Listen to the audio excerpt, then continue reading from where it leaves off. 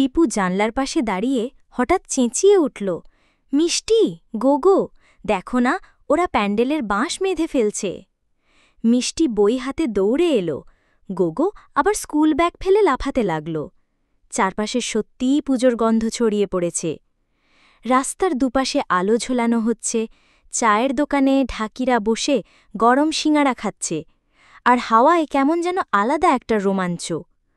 ভোলু বাঁদর, তাদের কার্টুন বন্ধু, ডাল থেকে উল্টে ঝুলে বলল, এইবার তো লুচি আলুর দম খাওয়ার সিজন শুরু। টুনি পাখি কিচিরমিচির করে গাইল, পুজো আসছে, পুজো আসছে, মহালয়া আসছে।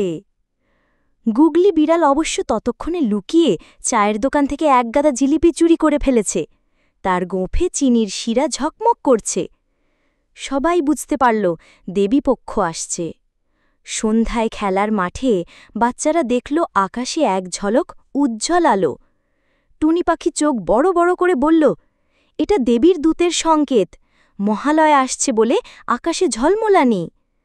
ভোলু বাঁদর মাথা চুলকে বলল, না, আমি বলছি এটা অসুরদের প্ল্যান, ওরা আসছে আমাদের উৎসব নষ্ট করতে।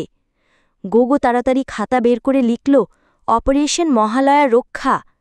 মিষ্টি বলল, আমরা একটা দল বানাব, নাম হবে মহালয়া গার্ড। বাচ্চারা ঠিক করল, পাড়ায় যদি কারোর দুষ্টুমি চোখে পড়ে তারা ঠেকিয়ে দেবে। পাড়ার প্যান্ডেলে রঙের কাজ চলছে। টিপু, মিষ্টি, গোগো, ভোলু, টুনি আর গুগলি মিলে নিজেরাই বানালো একটা ছোট মঞ্চ। তাদের নাম দিল আবাহনী মঞ্চ। টুনি পাখি গাইছে, গুগলি ঢাক বাজাচ্ছে, যদিও ও ঢাকের বদলে কড়াই ব্যবহার করছে, আর ভোলু বাঁদর ঢাকের তাল মেলাতে গিয়ে উল্টে বারবার পড়ে যাচ্ছে। সবাই খিলখিল করে হাসছে। মিষ্টি বলল, আমাদেরও দেবীর আবাহন করতে হবে, নইলে পুজোর মজা কই। টিপু ঘোষণা করল, যখন মহালয়ার দিন আসবে আমরা সবাই ভোরে উঠব, রেডিও চালাব আর দেবীর আবাহন করব। ঠিক তখনই হঠাৎ গর্জে উঠল এক অদ্ভুত আওয়াজ, হা হা হা, আমি দুষ্টু মাখড়, আমি চাই না মহালয়া আসুক। বাচ্চারা আঁতকে উঠল। সামনেই এক বিশাল পেটওয়ালা, লম্বা লেজওয়ালা, ভয়ঙ্কর দেখতে এক কার্টুন অসুর দাঁড়িয়ে। তার হাতে লম্বা ঝাড়ু, সে দিয়ে আলোর মালা ছিঁড়তে শুরু করেছে। গুগলি বিলাই ফিসফিস করে বলল, এই লোকটা তো আমার কাকার মতো দেখতে। ভোলু বাঁদর বলল, কাকা হোক আর মামা হোক, পুজো নষ্ট করতে দেওয়া যাবে না।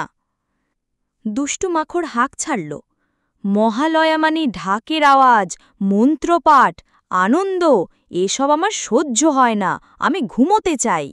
মিষ্টি হঠাৎ বলল, শোনো, আমরা যদি একসাথে হাসি, গান আর খেলা করে তাহলে দুষ্টু মাখড় আমাদের থামাতে পারবে না।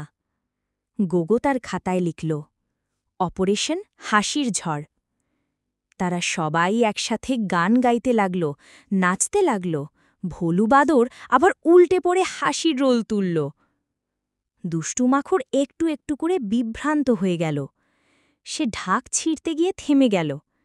তারপর গুগলির মিষ্টি হাসি দেখে হেসে ফেলল। এমন সময় আকাশে মহালয়ার প্রথম চাঁদ দেখা দিল। বাতাসে ঢাকের তাল ভেসে এলো। দুষ্টু মাখড় হাঁ করে তাকিয়ে রইল আর বলল, আহা, এটা তো দারুণ সুন্দর। আমি ভেবেছিলাম মহালয়া মানেই ঝামেলা, অথচ এ তো আনন্দের উৎসব। বাচ্চারা একসাথে চেঁচিয়ে উঠল, হ্যাঁ, মহালয়া মানেই দেবীর আবাহন, আনন্দ আর ভালোবাসা।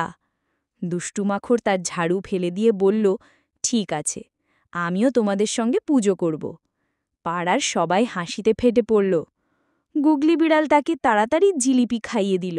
ভোলু বাঁদর তাকে ঢাক বাজানো শিখিয়ে দিল। সকালবেলা রেডিওতে চণ্ডী পাঠ শোনা গেল, আর পাড়ার আকাশ ভরে গেল ঢাকের ধ্বনিতে। সবাই বলল, মহালয়া আসছে, দুর্গাপুজো আসছে। টিপু খাতায় বড় বড় করে লিখল, শেষ পর্যন্ত দুষ্টু মাখড়ও শিখল, পুজোর আনন্দ আটকানো যায় না। এভাবেই পাড়া, বাচ্চারা আর কার্টুন প্রাণীরা মিলে মহালয়ার আগমনীকে স্বাগত জানাল। মহালয়ার আসার আনন্দ শুধু দেবীর আগমন নয়, বরং একসাথে হাসা, খেলা ভালোবাসা আর ঐক্যের প্রতীক।